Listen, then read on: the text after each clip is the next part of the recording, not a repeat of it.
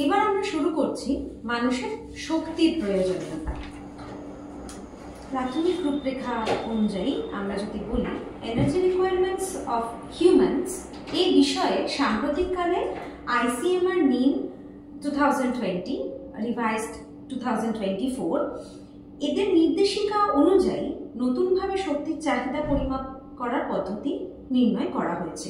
আগে যেরকম ছিল সেটা এখন আমূল বদলে গেছে। একটা মানুষের শক্তির মোট চাহিদা হলো সারাদিনের তার বিভিন্ন কাজকর্মের পিছনে যে ব্যয়িত শক্তি, যে শক্তিটা সে খরচ করে, যে শক্তিটা সে কাজকর্মের পিছনে দেয়, যেটা খাদ্যস্থ শক্তি দিয়ে মেটানো যাবে। মানে সে যে শক্তিটাকে খরচ করছে সেটা খাদ্যস্থ শক্তি দিয়ে মেটানো যাবে। অর্থাৎ খুব সহজ করে যদি আমি বলি, তাহলে কোনো একজন ব্যক্তি সারাদিন বিভিন্ন কাজকর্মের জন্যে যে পরিমাণ শক্তি ক্ষয় করে, যে পরিমাণ তার সারাদিনের শক্তির চাহিদাও হলো ঠিক ততটাই, এবং এই শক্তির চাহিদা মেটাচ্ছে তার দেহে গৃহীত খাদ্য থেকে লব্ধ খাদ্যস্থ শক্তি। সে সারাদিন যে পরিমাণ শক্তি খরচ করছে তার বিভিন্ন কাজকর্মের জন্য, অর্থাৎ টোটাল এনার্জি এক্সপেন্ডিচার, দেখো যেটাকে TEE বলে লেখা আছে, সে সারাদিন যে শক্তিটাকে খরচা করছে সেটাই হলো তার এনার্জি রিকোয়ারমেন্ট, সেটাই তার শক্তির চাহিদা। সে সারাদিনের বিভিন্ন রকম কাজকর্ম করার জন্য যে শক্তিটা খরচ করছে সেটাই হলো তার অ্যাকচুয়ালি শক্তির চাহিদা বা এনার্জি রিকোয়ারমেন্ট। আর এই এনার্জি রিকোয়ারমেন্টটা সে কোথা থেকে, সে যে পরিমাণ খাবার খাচ্ছে সেই খাবার থেকে যে শক্তিটা পাচ্ছে সেটা দিয়েই তার এই শক্তির চাহিদাটা পূরণ হচ্ছে। অর্থাৎ মোট ব্যয়িত শক্তিটাই হলো শক্তির চাহিদা, আর গৃহীত খাদ্য থেকে যে শক্তিটা সে পাচ্ছে সেটাই হলো তার শক্তির চাহিদা। অর্থাৎ যদি আমি এক কথায় বলতে চাই যে মানুষের শক্তির মোট চাহিদা হলো প্রকৃতপক্ষে তার সারাদিনের ব্যয়িত শক্তি, যেটা সে যে খাদ্যটা গ্রহণ করছে বা যে খাবারে যে পরিমাণ শক্তি আছে সেই শক্তিটা দিয়ে মেটানো যাবে, এটাই তার এনার্জি রিকোয়ারমেন্ট। এখানে প্রথমেই লেখা আছে TEE, অর্থাৎ টোটাল এনার্জি এক্সপেন্ডিচার, যেটা বার করতে গেলে এই TEE তার সারাদিন কতটা শক্তি খরচ হচ্ছে সেটা বার করতে গেলে আমাকে একটা ফর্মুলার সহায়ক নিতে হচ্ছে। সেটা হচ্ছে টোটাল এনার্জি এক্সপেন্ডিচার বার করতে গেলে আমরা BMR এর সঙ্গে PAL কে ইন্টু করব। BMR কি? Basal metabolic rate, PAL physical activity level. Physical activity level এবং বেসাল মেটাবলিক রেট এই দুটোকে গুণ করলে আমরা টোটাল এনার্জি এক্সপেন্ডিচার, অর্থাৎ মানে যে মানুষটার আমরা এনার্জি এক্সপেন্ডিচার বার করছি তার মানটা আমরা পেয়ে যাব। অর্থাৎ যার এনার্জি এক্সপেন্ডিচার আমি বার করতে যাচ্ছি সেই মানুষটার, সেই ব্যক্তিটার BMR যদি আমরা জানি, অর্থাৎ বেসাল মেটাবলিক রেট কত যদি আমরা জানি, এবং তার ফিজিক্যাল অ্যাক্টিভিটি লেভেল কতটা আমরা তার মানটা যদি জানি, তাহলে সেই দুটো মানকে গুণ করলে যে মানটা আমরা পাবো সেটাই হবে তার টোটাল এনার্জি এক্সপেন্ডিচার। PAL মানে বুঝতেই পারছো, ফিজিক্যাল, সে সারাদিন কি লেভেলে অ্যাক্টিভ, কিভাবে সে পরিশ্রম করছে, এগুলো যেখান থেকে আমরা পাবো সেটাই হলো PAL। ব্যক্তির দৈনিক শক্তি চাহিদা নির্ণয় করার জন্য কিছু কিছু বিষয় জানা প্রয়োজন আছে। যেমন কি কি বিষয় আমরা জানবো? দেহের ওজন কত, বিভিন্ন মানুষের বিভিন্ন ওজন, তো যার শক্তির চাহিদা আমি বার করছি সেই ব্যক্তির দেহের ওজন কত, তার বয়স কত। বিভিন্ন রেঞ্জের মানুষের বয়স হয়, সেটা 1 থেকে 100 অবধি হতে পারে। তো সেই যার আমি চাহিদাটা নির্ণয় করছি তার বয়স কত, দেহের আয়তন কতটা, সে রোগা না মোটা না কম না বেশি, একটা পার্টিকুলার আয়তন, তার সেই দেহের আয়তন কত, তার গড় মৌল বিপাকীয় হার কতটা, অ্যাভারেজ তার যে রেটটা সেটা কত, শ্রমসাধ্য ও পেশিগত কাজের প্রকৃতি, সে কি ধরনের পরিশ্রম করে, সে হেভি ওয়ার্কার, ভারী পরিশ্রম করে, না মডারেট ওয়ার্কার, মাঝারি পরিশ্রম করে, নাকি সে সেডেন্টারি ওয়ার্কার, মানে ঘরোয়া কাজকর্ম টুকটাক সেগুলো দিয়ে তার দিন যাপন করে, সেটা কতটা শ্রমসাধ্য, তার মধ্যে কতটা পেশিগত কাজ রয়েছে, এগুলো আমাদেরকে কিন্তু জানতে হবে। কোনো একটি ব্যক্তির দৈনিক শক্তির চাহিদা, টোটাল এনার্জি তার কতটা লাগছে সেটা বার করতে গেলে এই ফ্যাক্টরগুলো তোমরা প্রত্যেকে মাথায় রাখবে। তার ওজন, তার বয়স, এ দুটো খুব ইম্পর্টেন্ট। ওজন আর বয়সটা খুব ইম্পর্টেন্ট। তার দেহের আয়তন, গড় মৌলবিপাকীয় হার এবং শ্রমসাধ্য ও পেশিগত কাজের প্রকৃতি, এই বিষয়গুলোর উপর নির্ভর করে একজন ব্যক্তির দৈনিক শক্তির চাহিদা নির্ণয় করা যায়। শ্রমের তীব্রতা বৃদ্ধি পেলে শক্তির চাহিদা বাড়ে। শ্রমের সময়কাল আর শক্তির চাহিদা সমানুপাতিক। এটা খুব স্বাভাবিক। যদি তীব্র পরিশ্রম হয় কোনো মানুষের, তাহলে তো তার শক্তির চাহিদা বাড়বে। ধরো একজন রাজমিস্ত্রি, সে একতলা থেকে 3 তলায় ইট বয়ে নিয়ে যাচ্ছে, তার ভীষণ পরিশ্রম হচ্ছে, এক মাথা ইট সেগুলো সে বয়ে বয়ে নিয়ে যাচ্ছে। যখন শ্রমের তীব্রতা বাড়ছে তখন তার শক্তির চাহিদা বাড়ছে, তার যেটা এনার্জির রিকোয়ারমেন্ট সেই রিকোয়ারমেন্টটা বাড়ছে। শ্রমের তীব্রতা বৃদ্ধি পেলে শক্তির চাহিদা অবশ্যই বাড়বে এবং শ্রমের সময়কাল আর শক্তির চাহিদা সমানুপাতিক, মানে এই শ্রমটার সঙ্গে শক্তিটা সম অনুপাতে বাড়ছে, মানে এটা বাড়লে ওটা বাড়বে, এটা কমলে এটা কমবে। এটাই হলো সমানুপাতিকের ফর্মুলা। আর ব্যস্তানুপাতিকের ফর্মুলা, এটা বাড়লে ওটা কমবে, ওটা কমলে এটা বাড়বে। সমানুপাতিক, এটা বাড়লে অর্থাৎ শ্রমটা যখনই বাড়ছে তখন শক্তিটাও বাড়ছে, আবার শ্রমটা যখনই কমছে তখন শক্তিটাও কমছে।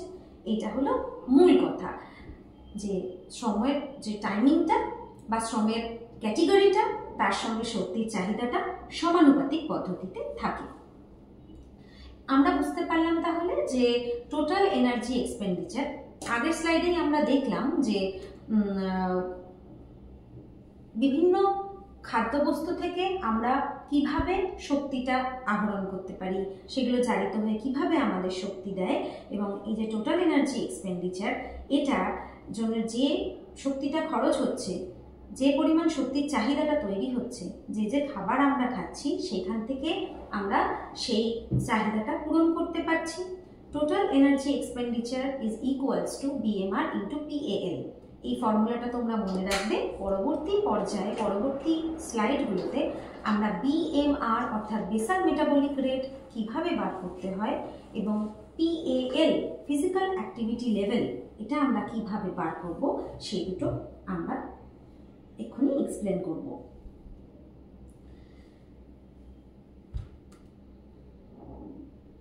এই যে ব্যয়িত শক্তি, এক্সপেন্ডিচার, শক্তির যে এক্সপেন্ডিচার, এই ব্যয়িত শক্তিটা মাপতে গেলে আমাদের প্রথমে BMR নির্ণয় করতে হবে, যেটা আমরা একটু পরেই করব। তারপরে ফিজিক্যাল অ্যাক্টিভিটি লেভেল অর্থাৎ PAL, এটাকে নির্ধারণ করতে হবে। এটারও বেশ কিছু ইন্ডিভিজুয়াল ফর্মুলা আছে, আমরা সেখান থেকে PAL এটা নির্ধারণ করতে পারব। BMR এবং PAL এর গুণফল দ্বারা মোট শক্তির চাহিদা ধার্য করতে হবে। দুটোকে গুণ করলে যে মাপটা আমরা পাবো, সেই মাপটা দিয়ে আমরা বুঝতে পারবো TEE, টোটাল এনার্জি এক্সপেন্ডিচার, অর্থাৎ শক্তির চাহিদা কতটা। আর একটা জিনিস যেটা আমরা অনেকটাই পরে আলোচনা করব, সেটা হচ্ছে খাদ্যের আপেক্ষিক উদ্দীপনার দ্বারা 10% TEE যোগ করতে হবে। খাদ্যের আপেক্ষিক উদ্দীপনার নাম হচ্ছে SDA, স্পেসিফিক ডাইনামিক অ্যাকশন। এই খাদ্যের আপেক্ষিক উদ্দীপনার দ্বারা যে এক্সট্রা হিটটা তৈরি হয়, যে এক্সট্রা তাপ উৎপন্ন হয়, সেটা 10% যুক্ত করতে হবে এখানে। এবারে আমরা প্রথমে BMRটা কি করে আমরা বার করব সেটা দেখি। BMR বার করতে গেলে আমরা একটা প্রেডিকশন ইকুয়েশনের হেল্প নেব।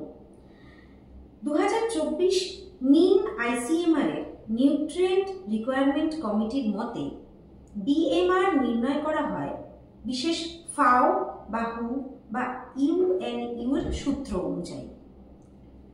সূত্রটা থেকে দেখতে পাচ্ছ, এখানে সূত্র একটা লেখা আছে। আর এই যে আমি বারবার নিন ICMR এই কথাগুলো বলছি, আর একবার রিপিট করে দিই, তোমরা প্রত্যেকেই জানো নিন হলো national institute of nutrition, ICMR Indian council of medical research. এই যে আমি বলছি যে নিন ICMR 2020 রিপোর্ট অনুযায়ী, যেটা রিভাইজড 2024, এরা আমাদের সমস্ত কিছু নির্ধারণ করে। এরা বিভিন্ন সূত্র, বিভিন্ন মেজারমেন্ট, বিভিন্ন মানে পন্থা যেগুলো অবলম্বন করে আমরা এগিয়ে যেতে পারি, সেগুলো বিভিন্ন বিশেষজ্ঞ কমিটি টিমের দ্বারা এগুলোকে তৈরি করেন ওনারা। নিন হলো ন্যাশনাল ইনস্টিটিউট অফ নিউট্রিশন এবং ICMR তোমরা প্রত্যেকেই জানো Indian council of medical research. তো নিন ICMR 2020 রিপোর্ট এবং যেটা রিভাইজড হয়েছে 2024 সালে, সেই নিন ICMR committee, nutrient requirement committee, এই যে আলাদা একটি কমিটি, সেই কমিটির মতে প্রেডিকশন ইকুয়েশনের মাধ্যমে আমরা কারো BMR বার করব। তোমরা এই ছকটার মধ্যে দেখতে পাবে যে পুরুষ এবং মহিলা দুটো স্ল্যাব করা হয়েছে। বিভিন্ন বয়স, আমি প্রথমেই বললাম লিঙ্গটা জানতে হবে এবং তারপর আমাদের বয়স জানতে হবে। বিভিন্ন বয়সের পুরুষ, বিভিন্ন বয়সের মহিলা হতে পারেন। 18 থেকে 30 একটা ক্যাটেগরিতে ভাগ করা আছে, 30 থেকে 60 একটা ক্যাটেগরিতে ভাগ করা আছে এবং 60 একটা ক্যাটেগরিতে ভাগ করা আছে। তো এই বিভিন্ন বয়সের মানুষদের তাদের বডি ওয়েট কত সেটা আমাদের জানতে হবে। সেই বিভিন্ন বয়সের মানুষদের বডি ওয়েট জানার পর আমরা ফাও বা হু বা ইউনু এই তিনটে অর্গানাইজেশনের পরামর্শ 2004 অনুযায়ী 2004 সালে একটি ডিসকাশন বা একটা ওনাদের আলোচনায় একটা অনুমানের সূত্র নির্ধারণ করা হয়, যে সূত্রটাকে আমরা বলছি প্রেডিকশন ইকুয়েশন। সেটা এখানে বিশ্লেষণ করে দেওয়া আছে। পুরুষদের যাদের 18 থেকে 30 বছর বয়স, তাদের সূত্র অনুযায়ী, অনুমানের সূত্র অনুযায়ী যে ফর্মুলাটায় ফেলতে হবে সেটা হচ্ছে 15.1 ইন্টু বডি ওয়েট, যেটা কেজিতে ধরবো, প্লাস 692.2। এই যে ফ্যাক্টরগুলো দেওয়া আছে, এই ফ্যাক্টরগুলো বিভিন্ন ক্যালকুলেশনের ফলে ওনারা তৈরি করে এই সূত্রটাকে আমাদের সামনে তুলে ধরেছেন, যাতে আমাদের BMR বার করতে সুবিধা হয়। আমরা যদি দেখি যে 18 থেকে 30 বছর বয়সী কোনো পুরুষ, তাহলে তার BMR বার করতে গেলে প্রথমে আমাকে 15.1 দিয়ে তার বডি ওয়েটকে গুণ করতে হবে এবং তারপরে 692.2 তার সঙ্গে অ্যাড করতে হবে।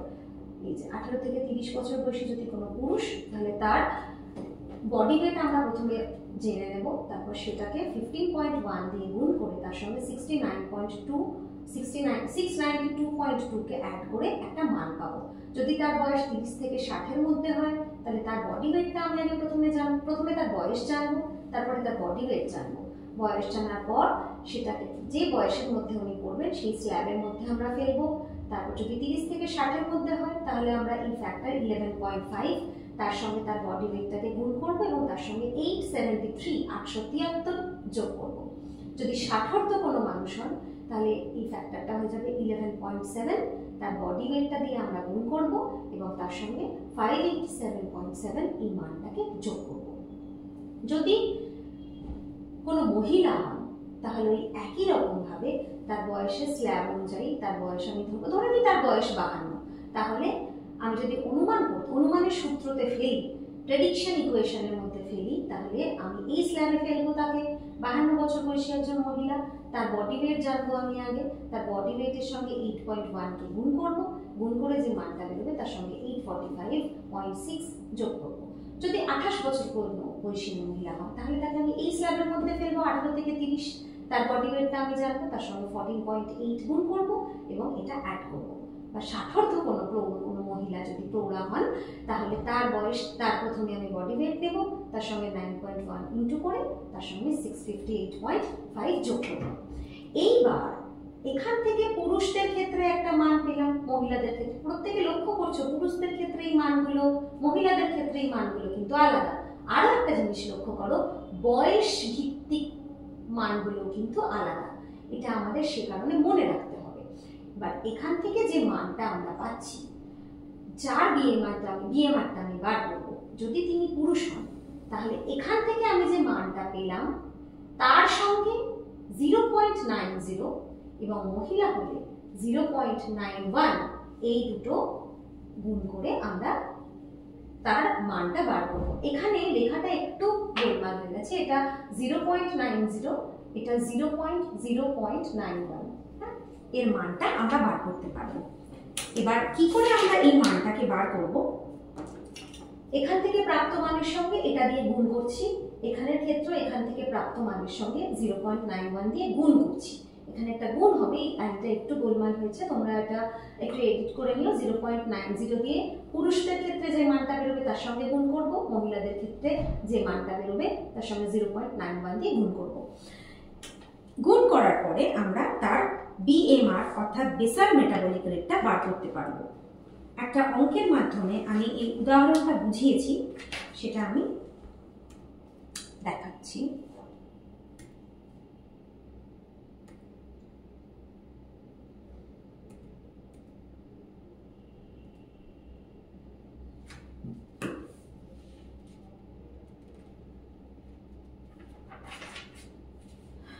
আমাদের যখন এই ফর্মুলাটা থেকে কোনো ইন্ডিভিজুয়াল ব্যক্তির BMR বেরিয়ে যাবে, এবার আমাদেরকে নির্ণয় করতে হবে, BMRটা আমি পেয়ে গেলাম, তারপর আমরা নির্ণয় করব PAL ফিজিক্যাল অ্যাক্টিভিটি লেভেল, যে দুটোকে গুণ করলে আমরা টোটাল এনার্জি এক্সপেন্ডিচার পাবো। BMR কি করে বার করতে হয় এতক্ষণ বুঝলে, এবার PAL কি করে বার করতে হয় সেটা আমি অঙ্কের মাধ্যমে এখানে তোমাদের দেখিয়েছি। Calculation of physical activity level, যেটাকে সংক্ষেপে আমরা বলছি PAL। কোন একটা কায়িক পরিশ্রম সবার ক্ষেত্রে সমান শক্তি ব্যয় করে না, এটা নির্ভর করবে সেই ব্যক্তিটার দেহের ক্ষেত্রফল অথবা তার উচ্চতা, তার প্রত্যেক দিনের যে শ্রম, তার উপরে তার পারদর্শিতা, সে যে কাজটা করে। আমি যেমন এক্ষুনি একজন রাজমিস্ত্রির উদাহরণ দিয়ে বললাম, যার সঙ্গে সে শ্রমটা করছে তার উপরেও বেশ কিছুটা নির্ভর করে, অর্থাৎ কাজের ধরন, কাজের সময়, কাজের বেগ, এগুলোর ওপরে শক্তি ব্যয়ের পরিমাণটা নির্ভরশীল।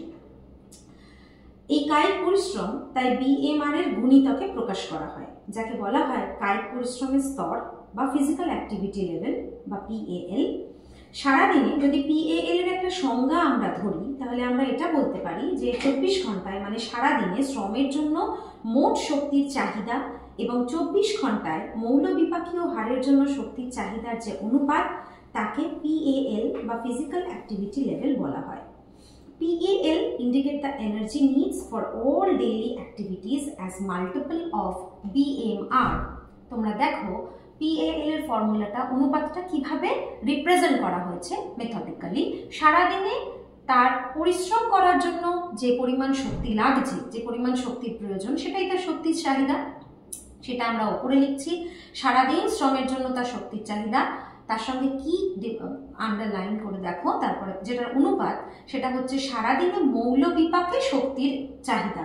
তার মৌল বিপাকের জন্য যে শক্তির প্রয়োজনীয়তা হয় তার অনুপাত করলে আমরা ফিজিক্যাল অ্যাক্টিভিটি লেভেলের মানটা পাবো। ফিজিক্যাল অ্যাক্টিভিটি লেভেলের ফর্মুলা তাহলে কি হলো, সারাদিনে অর্থাৎ 24 ঘন্টায় শ্রমের জন্য তার শক্তির চাহিদা এবং সারাদিনে অর্থাৎ 24 ঘন্টায় মৌল বিপাকে তার যে পরিমাণ শক্তি প্রয়োজন হচ্ছে, এই দুটো যদি অনুপাত করি তাহলে আমরা PAL পাই। এই যে এটা বাই এটা লেখা আছে, অর্থাৎ শ্রমের জন্য শক্তির চাহিদা বাই মৌল বিপাকে শক্তির চাহিদা, এটার মানে হচ্ছে শ্রমের জন্য শক্তির চাহিদার যে মানটা, সেটাকে মৌল বিপাকে শক্তির চাহিদার মানটা দিয়ে ভাগ করা, তাই তো? এটা আমরা প্রত্যেকেই জানি এবং এটাকে আমরা ভালো কথা বলি, এটা অনুপাত। অর্থাৎ শ্রমের জন্য শক্তির চাহিদা এবং মৌল বিপাকে শক্তির চাহিদার অনুপাতটাই হলো PAL বা PAL। আর একটা টার্ম আমরা এখানে পাচ্ছি PAR, যেটা হচ্ছে ফিজিক্যাল অ্যাক্টিভিটি রেশিও, কায়িক পরিশ্রমের অনুপাত। একটা হচ্ছে লেভেল, কায়িক পরিশ্রমের স্তর কিরকম স্তর সে আছে সেটা আমরা জানবো PAL এর মাধ্যমে। আর একটা হচ্ছে PAR অর্থাৎ ফিজিক্যাল অ্যাক্টিভিটি রেশিও, তার কায়িক পরিশ্রমের যে অনুপাত সেটাকে বলা হচ্ছে PAR। এটা বার করার জন্য একটা ফর্মুলা আছে। কি ফর্মুলা? 1 মিনিটে শ্রমের জন্য শক্তি ব্যয় বাই 1 মিনিটে BMR এর জন্য শক্তি ব্যয়। এটা হচ্ছে 1 মিনিটে। আর আগে দেখো, এটাও কিন্তু শ্রমের জন্য ব্যয়িত শক্তি আর BMR এর জন্য ব্যয়িত শক্তির অনুপাত, এটা বাই এটা। আগেরটা কি ছিল? 24 ঘন্টায় শ্রমের জন্য শক্তির চাহিদা আর 24 ঘন্টায় মৌল বিপাকে শক্তির চাহিদা। আর এটা কি হচ্ছে? ওটা 24 ঘন্টায় ছিল, এটা হচ্ছে 1 মিনিটে। 1 মিনিটে শ্রমের জন্য শক্তির খরচ আর 1 মিনিটে BMR এর জন্য শক্তির যে খরচ, সেই দুটোর অনুপাত। বোঝা গেল? ওটা 24 ঘন্টা, এটা 1 মিনিটে। তার মানে সম্পর্কটা কি হলো? PAL অর্থাৎ স্তরটা বার করতে গেলে, ফিজিক্যাল অ্যাক্টিভিটি লেভেল, এই স্তরটা বার করতে গেলে PAR মূল্য অর্থাৎ 1 মিনিটের যে অনুপাতটা আমি বার করলাম ইন্টু 24, 24 ঘন্টাটা তাহলে বেরিয়ে গেল। PAR মূল্যের সঙ্গে 24 গুণ করলেই PAL এই মূল্যটা আমরা পেয়ে যাব। বোঝা গেল? এবার তারপরের একটা ছকের মধ্যে দেখো, PAL আর PAR এর সম্পর্কটা আশা করি প্রত্যেকে বুঝতে পেরেছো। 24 ঘন্টায় PAR মূল্যের গড় হলো PAL। সহজে বলা যায় PAL সারাদিনের শক্তি চাহিদাকে BMR এর গুণিতক হিসেবে প্রকাশ করে। এটাই হলো PAL এবং PAR এর মধ্যে সম্পর্ক। এবার একটা ছক দেওয়া আছে যেখানে স্বল্প পরিশ্রমী একজন মানুষ তার জীবন ধারণের জন্য ফিজিক্যাল অ্যাক্টিভিটি লেভেলের মূল্য কতটা, মাঝারি পরিশ্রমকারী কোনো একজন তার জীবন ধারণের জন্য ফিজিক্যাল অ্যাক্টিভিটি লেভেলের মান বা মূল্য কতটা, এবং খুব কঠোর পরিশ্রমকারী যারা তাদের জীবন ধারণের জন্য ফিজিক্যাল অ্যাক্টিভিটি লেভেলের মূল্য কতটা। যারা অল্প পরিশ্রম করে, অল্প পরিশ্রমের উদাহরণ কি দিলাম, যারা ঘরে থাকে, বাড়ির সমস্ত কাজকর্ম করে, হালকা কোনো কাজ করে, একটা সাধারণ ধরো কেউ একটা কাউকে পড়াচ্ছে, দাঁড়িয়ে পড়াচ্ছে বা বসে পড়াচ্ছে, সেটা একটা সেডেন্টারি লাইফস্টাইল, তো তার ফিজিক্যাল অ্যাক্টিভিটি লেভেলের মূল্য রাখা হয়েছে 1.4। এটা হচ্ছে স্বল্প পরিশ্রমী জীবন ধারণের মূল্য। মাঝারি পরিশ্রমী যে জীবন ধারণ সেখানে রাখা হয়েছে 1.8। কোনো কিছু হয়তো বাস চালাচ্ছে বা কোথাও গিয়ে একটা কোনো কাজ করছে, ঘরের যে শ্রম সেইগুলো করছে, সেগুলো হচ্ছে মাঝারি পরিশ্রমকারী বা মডারেট একটা লাইফস্টাইল। তাদের ফিজিক্যাল অ্যাক্টিভিটি লেভেলের মান হচ্ছে, ভ্যালু হচ্ছে 1.8। আর হেভি যারা কঠোর পরিশ্রম করে, ধরো ইটভাটার শ্রমিক বা রাজমিস্ত্রি, এই ধরনের হেভি ওয়ার্কার যারা হয়তো পাথর ভাঙছে, এই হেভি ওয়ার্কার যারা, তাদের ভ্যালুটা অনেকটা পাল্টে যাচ্ছে। তাদের ফিজিক্যাল অ্যাক্টিভিটি লেভেলের যে মান সেটা হয়ে যাচ্ছে 2.5। একটা পার্থক্য হয়ে যাচ্ছে আমাদের স্তর অনুযায়ী।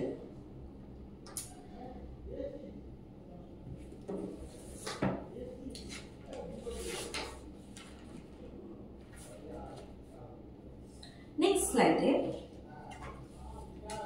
আমরা দেখব, আমরা PAL বার করলাম এখান থেকে, BMR বার করলাম এখান থেকে। এইবার আমরা বার করব টোটাল এনার্জি এক্সপেন্ডিচার। কিভাবে? যে BMR বার করার আমরা ফর্মুলা শিখলাম সেখান থেকে BMR এর মান, PAL বার করার যে ফর্মুলা শিখলাম সেখান থেকে PAL এর মান।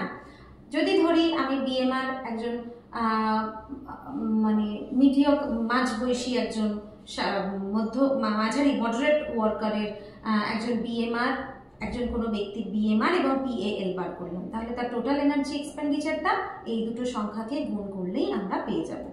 সেটা এবার তোমাদের দেখানো আছে। দেখো, একজন মাঝারি পুরুষ, প্রাপ্তবয়স্ক বা বয়স্ক পুরুষ যার BMR 1438, তার PAL যদি 1.4 হয় তাহলে তার TEE হবে BMR ইন্টু PAL এর মানটা 2013.2 কিলোক্যালোরি। একজন প্রাপ্তবয়স্ক মহিলা যার BMR দাঁড়িয়েছে 1116, প্রত্যেকের মানটা দেখো, এবং PAL যার 1.4, তার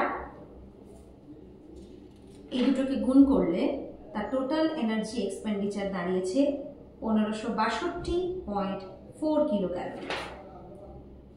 BMR নির্ণয় করে বার করা হয়েছে এবং PAL ভ্যালু কত সেটা আমরা বার করে দেখেছি। সেখান থেকে আমরা একজন প্রাপ্তবয়স্ক মহিলা ফ্যাক্টরিয়াল পদ্ধতিতে তার BMR বার করে তার জীবনযাপন অনুযায়ী তার PAL ফিজিক্যাল অ্যাক্টিভিটি লেভেলের মান ওখানে বসিয়ে তার টোটাল এনার্জি এক্সপেন্ডিচার বার করা হয়েছে। এখানে একটা ছক দেওয়া আছে, যে ছকটার মধ্যে দেওয়া আছে যে estimated energy requirement EER for adult Indian. একজন অ্যাডাল্ট ইন্ডিয়ান, আমরা পরে কিছু স্লাইড পরে আমরা পুরো নারী পুরো পুরুষ এই ধারণাগুলো করব। তো সেই একজন অ্যাডাল্ট যে মেল এবং একজন অ্যাডাল্ট ফিমেল, একজন অ্যাডাল্ট মেল যার বয়স, বডি ওয়েট দেখো, অ্যাডাল্ট মেলের ক্ষেত্রে বডি ওয়েট 65 কেজি এবং একজন অ্যাডাল্ট ফিমেল যার body weight 55 KG, sedentary activity total energy expenditure 2109, ওর এতটা পরিমাণ শক্তি প্রয়োজন হচ্ছে। যে মডারেট অ্যাক্টিভিটি করছে তার সারাদিনের মানে যে পরিমাণ শক্তি খরচ হচ্ছে সেটা হচ্ছে 2711, অর্থাৎ এটাই তার কিন্তু রিকোয়ারমেন্ট, এটা তার খরচ হচ্ছে মানে এটাই তার রিকোয়ারমেন্ট। এটা 18 থেকে 30 বছরের মেল এবং ফিমেলের মান। 18 থেকে 30 বছরের একজন সেডেন্টারি অ্যাক্টিভ পুরুষ যার ওজন 65 কেজি, তার টোটাল এনার্জি এক্সপেন্ডিচার অর্থাৎ চাহিদা, শক্তির যে চাহিদা সেটা হচ্ছে 2109, এবং কোনো মহিলার চাহিদা হচ্ছে 1657। একজন মডারেট অ্যাক্টিভ 18 থেকে 30 বছর বয়সী একজন মেল যার ওজন এটা, তার টোটাল এনার্জি এক্সপেন্ডিচার 2711, এবং 55 বছর বয়সী মহিলার এনার্জি এক্সপেন্ডিচার অনুযায়ী মডারেট অ্যাক্টিভ যিনি, তার রিকোয়ারমেন্ট হচ্ছে 2130। 30 থেকে 60 বছর বয়সীর ক্ষেত্রে দেখো একটু কমে এসেছে, মেলের ক্ষেত্রে মানটা 2042, যে সেডেন্টারি অ্যাক্টিভ 30 থেকে 60 বছর বয়সী যে পুরুষ যার 30 থেকে 60 বছর বয়স, যে সেডেন্টারিলি অ্যাক্টিভ তার এনার্জি রিকোয়ারমেন্ট 2042, এবং তিনি মহিলা হলে তার টিইইটা হচ্ছে 1645। মডারেটলি অ্যাক্টিভ 30 থেকে 60 বছর বয়সী একজন পুরুষ, তার moderate active total energy expenditure হচ্ছে 2625, এটা হচ্ছে তার রিকোয়ারমেন্ট। আর একজন মহিলার ক্ষেত্রে 2115।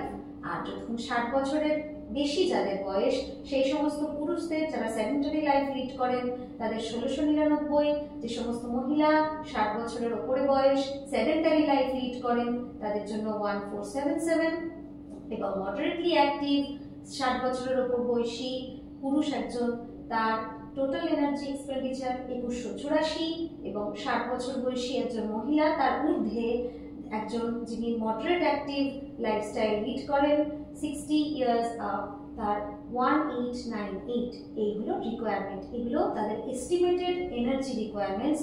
আমাদের যারা ইন্ডিয়ান অ্যাডাল্টস তাদের এস্টিমেটেড এনার্জি রিকোয়ারমেন্টস এখানে এইভাবে দেখানো হয়েছে। এটাই এই যে টিইই টোটাল এনার্জি এক্সপেন্ডিচার, এটাই কিন্তু ওনাদের এস্টিমেটেড এনার্জি রিকোয়ারমেন্ট। এই লেখাটা আর এনার্জি রিকোয়ারমেন্ট লেখাটা আলাদা বলে ঘাবড়ে যাওয়ার কোনো কারণ নেই, কারণ আমরা এক্ষুনি পড়লাম যে তাদের টোটাল এনার্জির যে এক্সপেন্ডিচার, যেটা খরচা হচ্ছে সেটাই তাদের চাহিদা, যেটা খাদ্যস্থ শক্তির মাধ্যমে তারা পূরণ করছেন। তোমরা প্রত্যেকে এই ছকগুলো, এই মানগুলো ভালোভাবে মুখস্থ রাখবে, কারণ এই ছকগুলো বা এই মানগুলো থেকে আমাদের, আর যেহেতু এবারে এমসিকিউর পরীক্ষা, সেহেতু আমাদের এখান থেকে প্রশ্ন আসার সম্ভাবনা খুবই বেশি। তোমরা প্রত্যেকেই বুঝতে পেরেছো আমরা টিইইটা কি করে বার করব, বিএমআর আর পিএএল কে ইনটু করে, এবং তার মানগুলো আমরা এখানে কষে দিয়েছি। আমরা এই মানগুলো ভালোভাবে মুখস্থ করে পরীক্ষা দিতে যাব। আর আরেকটা কথা বলি, বিএমআর গেল, পিএএল গেল, দুটোকে গুণ করলাম, আমরা টিইই পেলাম। আরেকটা কথা আমি বলেছিলাম যে যখন ব্যয়িত শক্তির পরিমাপ আমরা বার করব, তখন আমরা খাদ্যের আপেক্ষিক উদ্দীপনার দ্বারা 10% টিইই যোগ করব, এটা বলেছিলাম। এবার খাদ্যের আপেক্ষিক উদ্দীপনা কথাটা আমরা একটু পড়ব। এই সেগমেন্টটায় আমরা এসডিএ পড়ব, স্পেসিফিক ডায়নামিক অ্যাকশন নিয়ে পড়ব, এবং physiological fuel value of food নিয়ে পড়ব। প্রথমেই বলি একটা খুব সহজ কথা, physiological fuel value of food এই জিনিসটা কি? খাদ্যের শারীরবৃত্তীয় শক্তি মূল্য। জীবদেহে 1 গ্রাম খাদ্যবস্তু থেকে পরিপাক, বিপাক, সম্পূর্ণ জারণের ফলে যে পরিমাণ তাপশক্তি তৈরি হয় সেটাই ওই খাদ্যের শারীরবৃত্তীয় শক্তি মূল্য বা ফিজিওলজিক্যাল এনার্জি। বিভিন্ন পুষ্টি উপাদানের যে তাপন মূল্য, সেগুলো মানবদেহে খাদ্যের দ্বারা শক্তি উৎপাদনের থেকে অনেক বেশি হয়। অর্থাৎ খাদ্যের শারীরবৃত্তীয় শক্তি মূল্যের থেকে খাদ্যের তাপীয় মূল্য অনেক বেশি হয়। এটার কারণ আমরা যখন বম ক্যালোরিমিটার পড়েছিলাম তখন একটা কথা বলেছিলাম যে ওই উদ্ভিজ্জ খাদ্যতন্তু যেটা বম ক্যালোরিমিটারে ওর দহন ঘটে শক্তির মুক্তি ঘটছে, ওটা কিন্তু আমাদের দেহে কোনো রকম বিপাকে অংশগ্রহণও করে না, শক্তিও তৈরি করে না। আর খাদ্যবস্তুর সদ্ব্যবহারের সময় পরিপাক আর বিপাকে বেশ খানিকটা তাপ নষ্ট হয়ে যায়। প্রোটিনের ক্ষেত্রে যেমন ইউরিয়া রেচন যখন হয় তখন 1 থেকে 2% শক্তি নষ্ট হয়ে যায়। এরপরে আমরা আসি এসডিএ তে। এই বিষয়টা তোমরা একটু ভালো করে বুঝবে। এসডিএ স্পেসিফিক ডায়নামিক অ্যাকশন, এই বিষয়টা মানে একটা এক্সট্রা তাপ তৈরি হচ্ছে। সেটা কিভাবে হচ্ছে? সুস্থ ও স্বাভাবিক অবস্থায় কার্বোহাইড্রেট, প্রোটিন ও ফ্যাট জাতীয় খাদ্য গ্রহণের পর কলাকোষে খাদ্যবস্তু সম্পূর্ণরূপে জারণের পর খাদ্যের বিশেষ উদ্দীপন ক্রিয়ার প্রভাবে মৌলবিপাকীয় হারে উৎপন্ন তাপের তুলনায়, মানে যে পরিমাণ তাপটা আমাদের শরীরে তৈরি হয়ে গেল সেটা ছাড়াও বেশ কিছুটা এক্সট্রা তাপ তৈরি হয়। দেহে যে অতিরিক্ত তাপ উৎপন্ন হয় সেটাকেই ওই খাবারের আপেক্ষিক উদ্দীপন ক্রিয়া বা specific dynamic action of food বা এসডিএ বলা হয়। মানে যেটা সম্পূর্ণ জারণ হয়ে যাওয়ার পরে যেটা তৈরি হওয়া সেটা তৈরি হয়ে গেল, এছাড়াও যে বেশ কিছুটা এক্সট্রা তাপ উৎপন্ন হয় সেটাই হলো ওই খাদ্যের আপেক্ষিক উদ্দীপন ক্রিয়া বা specific dynamic action of food. খাদ্যজনিত তাপ উৎপাদন ক্রিয়া বা খাদ্যের যে তাপীয় প্রভাব, যেটাকে আমরা ইংরেজিতে বলি থার্মিক এফেক্ট অফ ফুড বা খাদ্যজনিত তাপ উৎপাদন ক্রিয়া, এটা কিন্তু আরেকটা নাম। এই থার্মিক এফেক্ট অফ ফুডটাকেই আমরা এসডিএ বা স্পেসিফিক ডায়নামিক অ্যাকশন বা খাদ্যের আপেক্ষিক উদ্দীপন ক্রিয়া, তার দ্বারা উৎপন্ন তাপ হিসেবে বুঝি।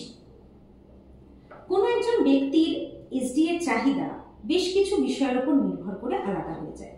যেমন ওই ব্যক্তি কি খাচ্ছে, কি ধরনের খাবার সে গ্রহণ করছে, তার গঠন, খাদ্য গ্রহণের যে টাইমিং বা মিল ফ্রিকোয়েন্সি, বারে বারে খাবার গ্রহণ করার অভ্যাস, এগুলো এসডিএর চাহিদাকে চেঞ্জ করতে পারে বা এটা তার প্রভাব এগুলোর উপরে পড়ছে। ব্যক্তির বয়স, দেহের ওজন, আয়তন, শারীরবৃত্তীয় অবস্থা, কার্য প্রকৃতি, এই বিষয়গুলো নির্ভর করে। ইনসুলিন, গ্লুকাগন, বিভিন্ন হরমোন, এদের দৈহিক কার্যক্ষমতা, এগুলো এসডিএর চাহিদার উপরে, চাহিদার যে ভ্যারিয়েশন হয়, যে চেঞ্জ হয়, সেগুলো এর জন্য হতে পারে। প্রোটিন জাতীয় খাদ্যের আপেক্ষিক উদ্দীপন ক্রিয়ায় খাদ্যের তাপীয় প্রভাব অর্থাৎ থার্মিক এফেক্ট অফ ফুড দ্বারা তাপ উৎপাদনের হার কার্বোহাইড্রেট ও ফ্যাটের থেকে বেশি। অর্থাৎ প্রোটিন জাতীয় খাবার যদি আমরা খাই তাহলে তার থার্মিক এফেক্টটা কার্বোহাইড্রেট আর প্রোটিনে যে পরিমাণ উৎপন্ন হবে তার থেকে অনেক বেশি হয়। প্রোটিনের এসডিএটা হাই, এটা তোমরা মনে রাখবে। প্রোটিন জাতীয় খাবারের ক্ষেত্রে এসডিএর ব্যাপারটা হাই হয়। 1 গ্রাম কার্বোহাইড্রেট থেকে 4 কিলো ক্যালোরি, 1 গ্রাম প্রোটিন থেকে 4 কিলো ক্যালোরি আর 1 গ্রাম ফ্যাট থেকে আমরা মোটামুটি 9 কিলো ক্যালোরি শক্তি পাই। কিন্তু এই থার্মাল এফেক্ট অফ ফুড বা এসডিএ, এটার ফলে 100 গ্রাম কার্বোহাইড্রেট গ্রহণ করলাম ধরে নাও আমরা, সেখান থেকে 400 কিলো ক্যালোরি তাপশক্তি উৎপন্ন হওয়ার পরিবর্তে 425 কিলো ক্যালোরি উৎপন্ন হয়, অর্থাৎ 6% অতিরিক্ত তাপশক্তি উৎপন্ন হয়। এই 6% যে এক্সট্রা তৈরি হলো, এটাই হলো এসডিএ অফ কার্বোহাইড্রেট। মানে এই 6%, 400, যেহেতু আমরা 4 কিলো ক্যালোরি পাই, 100 গ্রাম খেয়েছি, তাই আমাদের 400 কিলো ক্যালোরি হওয়ার কথা, সেটা 425 হলো। 6% যে বেড়ে গেল, এই যে এক্সট্রা তাপশক্তিটা তৈরি হলো, এটাই হলো কার্বোহাইড্রেটের SDA, specific dynamic action of carbohydrate. আবার যদি 100 গ্রাম প্রোটিন খাই, সেখানে 400 কিলো ক্যালোরি হওয়ার কথা, তো যেহেতু আমরা প্রোটিন থেকে 4 কিলো ক্যালোরি পাই, তো সেখানে 400 কিলো ক্যালোরি না হয়ে 530 কিলো ক্যালোরি তাপশক্তি তৈরি হয়, মানে 30% বেশি তাপশক্তি উৎপন্ন হয়। প্রোটিনের ক্ষেত্রে আমি বললাম এসডিএটা হাই, প্রোটিনের ক্ষেত্রে এটা 30% বেশি হয়, আর ফ্যাটের ক্ষেত্রে এটা হয় 14% বেশি। ধরো 100 গ্রাম ফ্যাট খাওয়া হয়েছে, সেখান থেকে 900 কিলো ক্যালোরি পাওয়ার কথা, কিন্তু এসডি এর কারণে আমরা পাচ্ছি 1026 কিলো ক্যালোরি, অর্থাৎ 14% বেশি তাপশক্তি তৈরি হয়। এই 14% যে বেশি হলো, এটাই হচ্ছে specific dynamic action of fat. এই কারণেই আমরা যখন টিইই বার করছি, তখন বিএমআর আর পিএএল এই দুটো গুণ করার করে যে মানটা এলো, তার সঙ্গে আরো কিন্তু 10% এই এসডি এর মানটাকে আমরা ওখানে অ্যাড করছি। কার্বোহাইড্রেট আর প্রোটিন আর ফ্যাটের তাহলে আমরা এসডি এর মান কি কি জানলাম? কার্বোহাইড্রেটের ক্ষেত্রে 5%, 6%, প্রোটিনের ক্ষেত্রে 30% এবং ফ্যাটের ক্ষেত্রে 14%।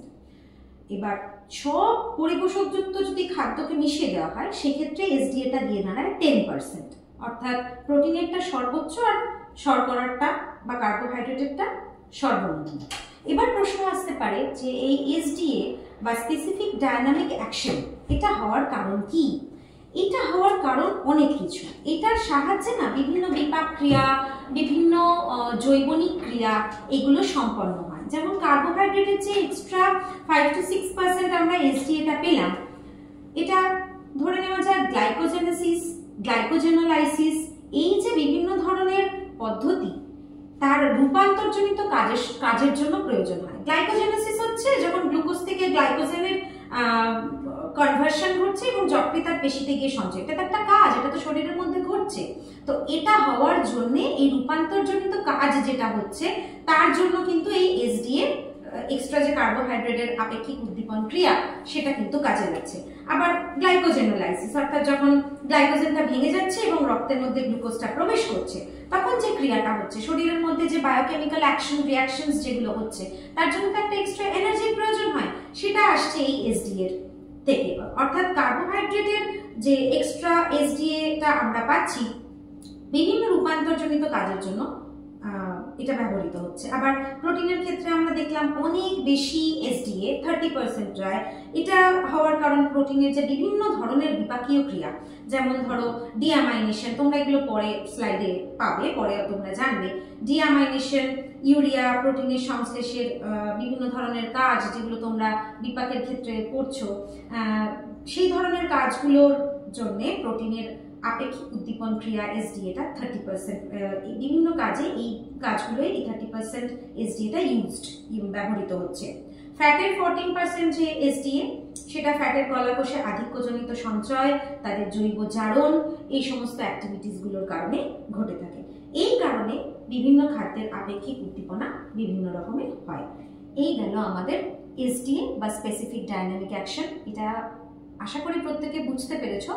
একটু জটিল হলো, মূল বিষয়বস্তুগুলো যে খাদ্য থেকে যে তাপটা এক্সট্রা তৈরি হচ্ছে, কার্বোহাইড্রেটের এসডিএটা, ফ্যাটের এসডিএ, প্রোটিনের এসডিএ, এবং কেন এসডিএটা আমাদের বডির মধ্যে আসছে, এটার কারণটা কি, সেগুলো আমরা জানলাম।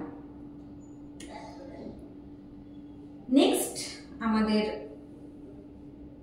জানতে হবে বিএমআর।